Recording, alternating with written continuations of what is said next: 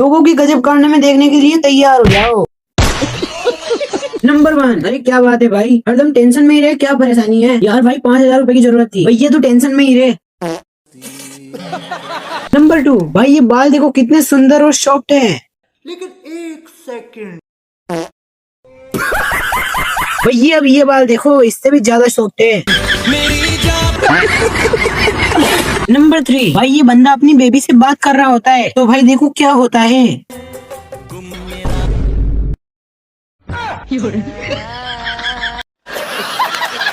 Number 4। देखो ये भाई साहब भगवान जिससे डील कर रहे होते हैं, अब इनकी डील देखो। भगवान जी 100 रुपए का जुगाड़ करवा दो, 50 का तुम्हारा प्रसाद चढ़ा दूंगा, 50 का मैं पौवा पी लूंगा, अद्धे अद्धे कर लेंगे।